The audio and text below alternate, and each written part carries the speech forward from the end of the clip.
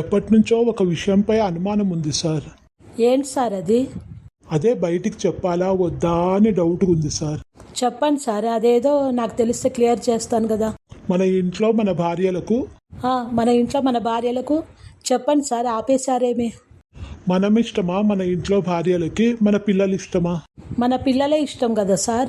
కాదు సార్, నిన్న అర్థమైంది నాకు. అదేంటి సార్ అలా చెప్పారు? ఎలా అర్థమైంది మీకు? నేను కూడా మొదలు మీరన్నట్లు అనుకున్నాను సార్. నా ఇంటి దగ్గర ఒక విషయం జరిగాక నాకు క్లారిటీ వచ్చింది సార్.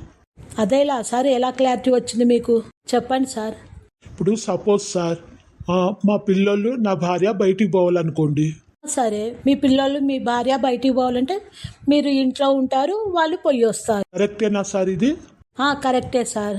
అదే సపోజ్ నేను నా భార్య బయటికి పోవాలంటే పిల్లలు ఎక్కడ ఉంటారు?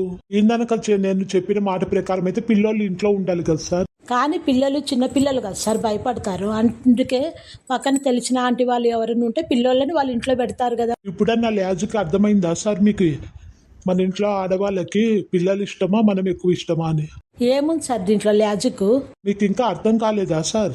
కాలేదు సార్, క్లియర్గా చెప్పండి.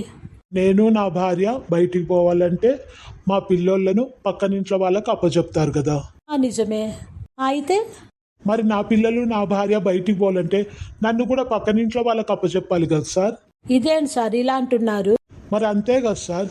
ఇప్పుడు పిల్లలు ఇష్టం ఉంటే పిల్లోళ్ళని పక్కన పెడతారు, కానీ మనమే ఇష్టం కాబట్టి మనల్ని పక్కనింట్లో పెట్టారు కదా సార్, వాళ్ళతోనే ఉంచుకుంటారు కదా సార్. లేదు, మన ఇంట్లోనే మనల్ని ఉండమంటారు. నిజమా కాదా ఆలోచించండి మీరు ఒకసారి. అవును సార్, ఆలోచిస్తే ఇదేదో తేడా అనిపిస్తుంది సార్. మనమంటేనే ఎక్కువ ఇష్టం సార్ మన ఆడవాళ్ళకి.